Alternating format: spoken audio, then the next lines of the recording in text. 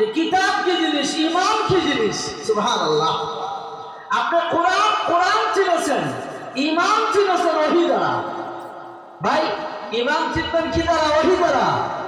ইমান চিনবেন, কোরআন চিনবেন ওহী দ্বারা। কাজেই এটা এমন একটা নূর আর আলু, যে এই আলু দ্বারা আলোকিত বানাইয়া আমি যাকে চাই তাকে সঠিক পথে পরিচালিত করি। কাজে আল্লাহর কাছে নূর চাবেন তো কেমনে যাবেন? আমার সঙ্গে আমিন আমিন বলবেন। আল্লাহুম্মা জাআল ফি কলবি নূরা, বলেন আমিন। আল্লাহুম্মা জাআল ফি বাসারি নূরা, বলেন আমিন। আল্লাহুম্মা জাআল ফি আইনি নূরা, বলেন আমিন। আল্লাহুম্মা জাআল ফি উযুনি নূরা, আল্লাহুম্মা জাআল আন ইয়ামিনি নূরা, আল্লাহুম্মা জাআল আন শিমালি নূরা, আল্লাহুম্মা জাআল আন আমামি নূরা, ওয়া মিন খালফি নূরা, ওয়া মিন ফাওকি নূরা, ওয়া মিন তাহতি নূরা। এই দোয়া শিখেন, মুসলিম দোয়া, এটা মুসলিম দোয়া।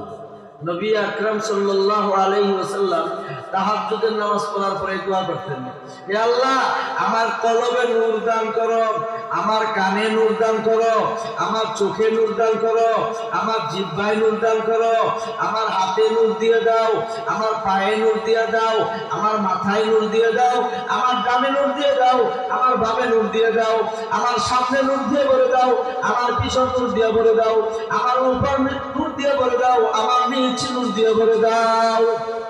আমি যখন পথ চলবো, পথ চলার সময় আমি আমার ডানেও ইমান দেখবো, আমার বামেও ইমান দেখবো, আমার সামনেও ইমান দেখবো, আমার পিছনেও ইমান দেখবো, আমার উপরেও ইমান, আমার নিচেও ইমান। এভাবে চলতে পারবো ইনশাআল্লাহ। ইমাম বুখারী রাহমাতুল্লাহ আলাইহি অত্যন্ত ইখলাসের সাথে সহিদিয়তে উনি ওনার কিতাব লিখছেন। এই জন্য কিতাবের শুরুতেই উনি নিয়তের হাদিস আনছেন। কিসের হাদিস বলেন?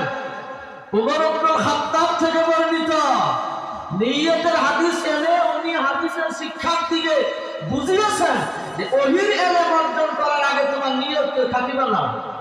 এই ইলম দ্বারা এই নিয়ত করো না যে আমি টাকা কামাই করব, টাকাওয়ালা, মালওয়ালা, ক্ষমতাওয়ালা, ইজ্জতওয়ালা হবে, আশাই করো না। এই ইলম হাসিল করবা এই জন্য যে আমি আল্লাহর হুকুম জানবো, আল্লাহ এবং তার নবীর তরিকা জানবো এবং সে মোতাবেক চলবো, আল্লাহকে রাজি করবার জন্য। এই নিয়ত করতে হবে। ইন্নামাল আমালু বিন্নিয়াত, সমস্ত আমাল কিসের উপর নির্ভরশীল? নিয়তের উপর। নিয়ত যদি সহি হয় তাহলে আমলের প্রতিদানও ভালো হবে, নিয়ত যদি ফাসাদ হয় আমলের প্রতিদানও ফাসাদ হবে। বুঝলেন না কথাটা? আর প্রথম হাদিসটা দেখেন, ওহীর অধ্যায়টার মধ্যে উনি ওহী প্রমাণ করতে গিয়া এমন একটা আয়াত নির্বাচন করছেন যেটা আনকমন আয়াত, মানে ওহীর অধ্যায়ে প্রসিদ্ধ আয়াত যেটা, ইন্না আওহাইনা ইলাইকা কামা আওহাইনা ইলা নূহিন ওয়ান নাবিয়িনা মিন বাদি। এটা কিন্তু ওহীর প্রমাণে একটা প্রসিদ্ধ আয়াত। আবার ওনার কিতাবের সর্বশেষ অধ্যায় আমল মাপামাপি করা হবে কিয়ামতের দিন। ওজনে আমল, আমল মাপামাপি করার ক্ষেত্রে যে আয়াতটা সর্বাধিক প্রসিদ্ধ, এই আয়াতটা তিনি এনেছেন। কথা বুঝছেন? এটা সাংঘাতিক বিচক্ষণতা ইমাম বুখারী। আবার প্রথম হাদিস যেটা আনছেন, এই হাদিসের উস্তাদ হলেন হুমায়দি। আর আল্লামা হুমায়দি তো আব্দুল্লাহ ইবনে জুবাইর ওনার নাম, উনি মক্কার মানুষ, মক্কি। আর শেষ হাদিসটা যে বর্ণনাকারী থেকে আনছেন উস্তাদ থেকে আহমদ ইবনে আশকার, উনি মদনী। কিতাব শুরু করছেন মক্কি উস্তাদ দিয়া আর শেষ করছেন মাদানী উস্তাদ দিয়া। কেন? ইসলামের শুরু, ওহী অবতরণ শুরু হয়েছে মক্কায় আর শেষ হয়েছে মদিনায়। কি আজীব মিল! আবার প্রথম হাদিসের সাহাবী রাবি উমর ইবনুল খাত্তাব আর শেষ হাদিসের সাহাবী রাবি আবু হুরায়রা। উমর ইবনুল খাত্তাব ছিলেন আত্মা, মানে ধর্ম পণ্ডিত্য অনেক বেশি ছিল। কথা বুঝলাম না? একদিন হুজুর বলতেছেন স্বপ্নের কথা, আমি স্বপ্নে দেখলাম পানি পান করলাম না, দুধ করার পরে গ্লাসে অবশিষ্ট কিছু আছে, এটা ওমরকে দিলাম। স্বপ্নে নবীজি বলতেছেন। বলে তাবিজ জিজ্ঞাসা করা হইল, বলে হুজুর বলেন তাহলে ইলমা। এই জন্য তো হুজুর বলেছেন যে আমার পরে কোনো নবী নাই, যদি নবুয়তের দরওয়াজা খোলা থাকতো আর আল্লাহ যদি কাউকে নবী বানাইয়া পাঠাইতেন তো ওমরকে পাঠাইতেন। ওমরের মন মতো হিলা দিলেছে, বুঝেন না? আব্দুল্লাহ ইবনে উবাই ইবনে সাল্লাল্লাহু নাম শুনছেন, রইসুল মুনাফিক, মুনাফিকদের লিডার মদিনায় খুব কষ্ট দিছে নবীজিরে। কিয়ামতের আগ পর্যন্ত ইসলামের সবচেয়ে বেশি ক্ষতি করে মুনাফিক, কাফেরদের চাইতেও। আমাদের মুসলমানদের সমাজে মুসলমানের বেশে পরিচয় মুনাফিক চলতেছে কিন্তু, এবং তাদেরকে যে আমরা দ্বীনের কথা বলাইতেও আছি, শুনতেও আছি। ইসলামের প্রকৃত শত্রু আমরা চিনি না, ইসলামের দুশ্মন চিনে লাগে। ইসলামের দুশ্মন কারা? ইসলামের দুশ্মনদেরকে দিয়ে ইসলামের কথা বলাবেন না। এটা খুব দুঃখ লাগে, ব্যথা লাগে। যার আকীদা, ইমানে, তাকওয়া, তাহারতে ইসলাম নাই, ইমান নাই, যার লেবাসের মধ্যে নবীর সুন্নাত নাই, যার দ্বারা ফরজ ব্যাঘাত সৃষ্টি হয়, লঙ্ঘিত হয়, পর্দার আয়াত লঙ্ঘিত হয়, অবৈধ ইনকামে লিপ্ত থাকে, আর এদের দ্বারা আপনারা ইসলামের কথা বলার, প্রকৃতপক্ষে তারা ইসলামের ধারক বাহক না, এরা ইসলামের শত্রু। ওলামায়ে হাক্কানি রব্বানির কাছ থেকে এদের পরিচয় নেবেন। আব্দুল্লাহ ইবনে উবাই ইবনে সালুল মুনাফিক না, ওনার ছেলের নাম আব্দুল্লাহ, সুবহানাল্লাহ বলে। ওনার ছেলে আবার কানা মিন ফুজালাইস সাহাবা, খুব জলিলুল কদর সাহাবী, মানে টপ লেভেলের সাহাবী, হুজুরের খুব কাছে। কি চিন্তা করেন, জাহান্নাম আর জান্নাত এক ঘর। বাপ হলো মুনাফিকদের লিডার, আর তার ছেলে হলো একদম জলিলুল কদর সাহাবী। এই আব্দুল্লাহ, যে সাহাবী আব্দুল্লাহ বলতেছেন, আমার আব্বা মারা গেল, আব্দুল্লাহ ইবনে উবাই ইবনে সালুল, আমি নবী দিতে চাইলাম। আই আবেদন করলাম যে হুজুর, আমার আব্বার কাফনের কাপড় হিসাবে আপনার গায়ের জামাটা দিলে একটু কাফন করে দেন। আপনার গায়ে লাগা কাপড়ের বরকতে যদি আমার আব্বার আল্লাহ মাফ করে। পরে হুজুর সাহাবাকে দিয়ে দিয়েছেন। হুজুর তো নরম দিলের মানুষ ছিলেন। কানাল নবী সাল্লাল্লাহু আলাইহি ওয়াসাল্লাম লা ইয়ারুদ্দু সাইলা, নবীজি কোনোদিনও কখনো কোনো সওয়ালকারীকে ফিরাইয়া দিতেন না। এটার আরেকটা কারণ আছে। আব্বাস ইবনে আব্দুল মুত্তালিব হুজুরের চাচা না, বদরের যুদ্ধের দিন তো হাও কাফের, এরা তো মুসলমানরা বন্দী করে নিয়ে গেছে, খুব উদাসীন মানুষ আছে, বাইন্দা রাখছে কাফেররা। মুসলমানরা নবীজির মনের মধ্যে কষ্ট লাগতেছে, ওই এপাশ ওপাশ শুনতো, খুব কষ্টা বাঁধছে। হযরত আব্বাস খুব মানে পোহাইতেছে আর কি, মানে খুবই কষ্ট যন্ত্রণা প্রকাশ করতেছিল। হুজুরের খুব কষ্ট লাগতেছিল। পরে হুজুরের কষ্টটা বুঝে একটু মানে বাপটা রশিদে একটু ডিল করে দিয়েছিল। তার গায়ে জামা আছিল না, কার জামা লাগবে তার গায়ে? এদিক দিয়ে মুনাফিকদের লিডার যে নেতা আব্দুল্লাহ ইবনে উবাই ইবনে সালুল, হেও আছিল বডি অনেক মোটা সোটা, হের গায়ে চাদরটা এই আব্বাস ইবনে আব্দুল মুত্তালিবের গায়ে লাগে মানে। এটা দিয়া হেল্প করছি হুজুরের চাচারে। এই জন্য হুজুর চাইলেন যে আমার চাচা আর একটা মুনাফিকের করুণার পাত্র হয়ে থাকবো, কাজে আমার গায়ের জামা নাই দিলাম না। কারণ ঘরে বসবার জায়গা হইলে পরে শোয়ার জায়গা হয় না। যখন দেখছে যে হুজুর যখন গায়ের জামা দিয়ে দিছে, এবার তো বড় দরখাস্ত কি, হুজুর সল্লি আলাই, আমার আব্বার জানাজার আপনি একটু পড়াই দিতেন যদি। আর তো সল্লি আলাই, হুজুর দাঁড়াই গেছেন, চাদর গায়ে দিয়ে জানাজা পড়তে শুরু করছে, যাবেন। এই সময় আখাযা ওমর বিরিদাইন নবী, নবীজির চাদর কান্না করছে, হযরত ওমর কই যান? আলাইসাল্লাহু নাহাকা, আপনার আল্লাহ আপনাকে নিষেধ করছে না মুনাফিকদের জানাজা করতে? নবীজি কয় না, খাইয়ানি রব্বি, আমার রব আমাকে এখতিয়ার দিয়েছে। কয় কেমনে? আয়াত যে আছে, ইস্তাগফির লাহুম আও লা তাস্তাগফির লাহুম ওয়া ইন তাস্তাগফির লাহুম ৭০ মাররাতান লা ইয়াগফিরুল্লাহু লাহুম।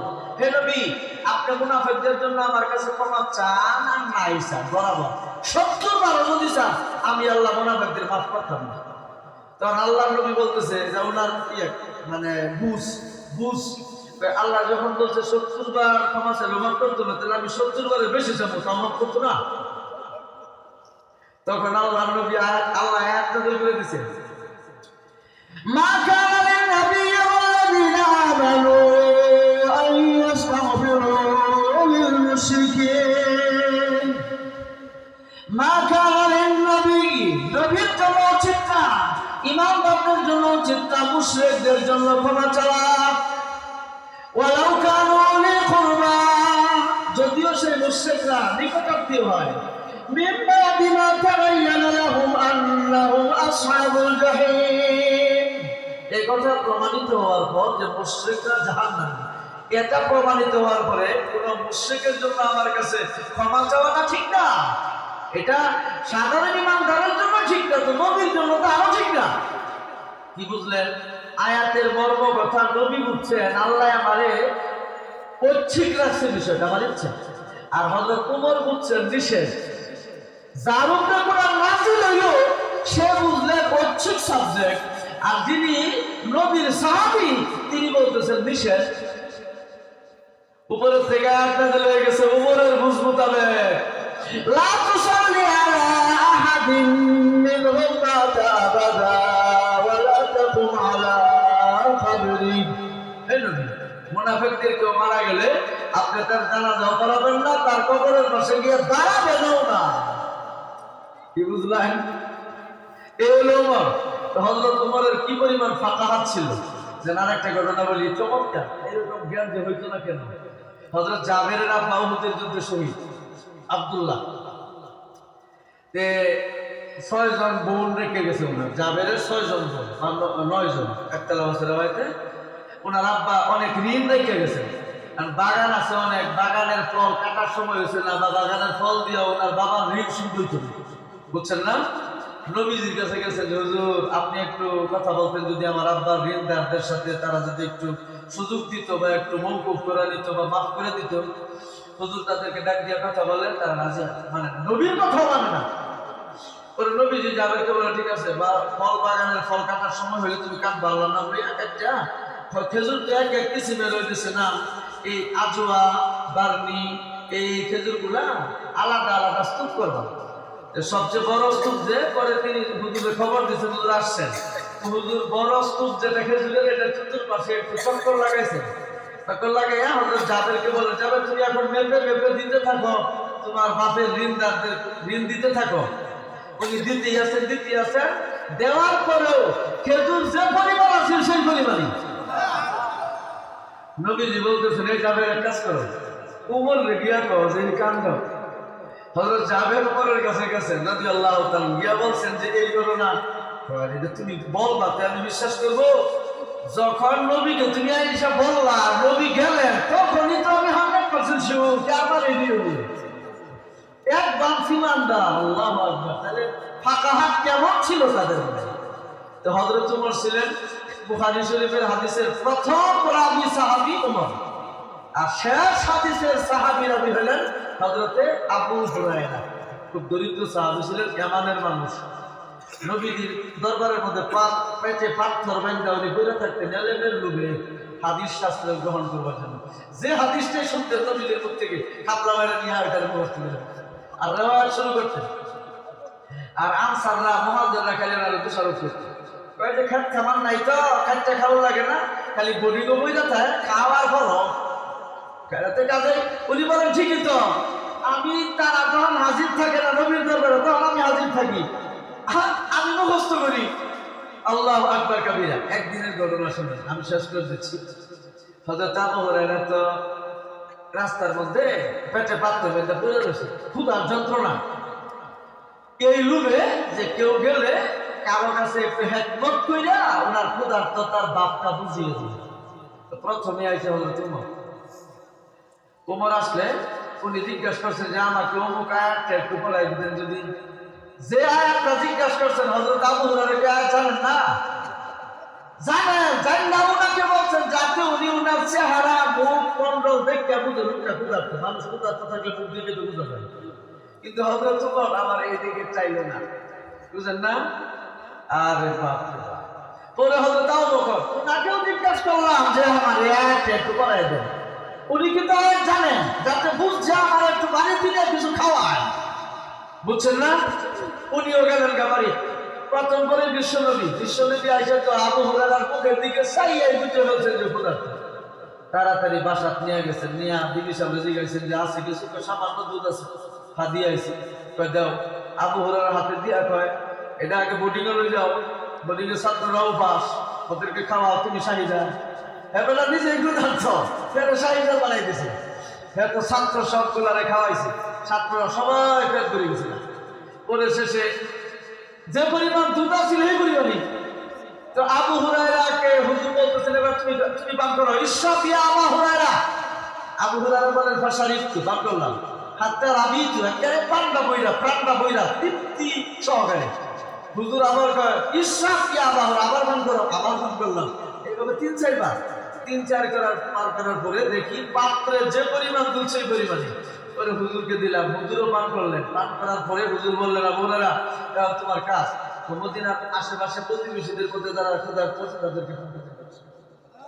এই হলো আবু হুরায়রা, এই হলো হযরত ওমর। আর এরকম দুইজন মহান ব্যক্তি সাহাবী, তাদের হাদিস দ্বারা ইমাম বুখারী কিতাব শুরু করছেন, শেষ করছেন। আল্লাহ আমাদের সবাইকে বুঝার তৌফিক দান করুন। ওয়া আখিরু দাওয়ানা আলহামদুলিল্লাহি রাব্বিল আলামিন। আসসালামু আলাইকুম ওয়া রাহমাতুল্লাহি ওয়া বারাকাতুহু।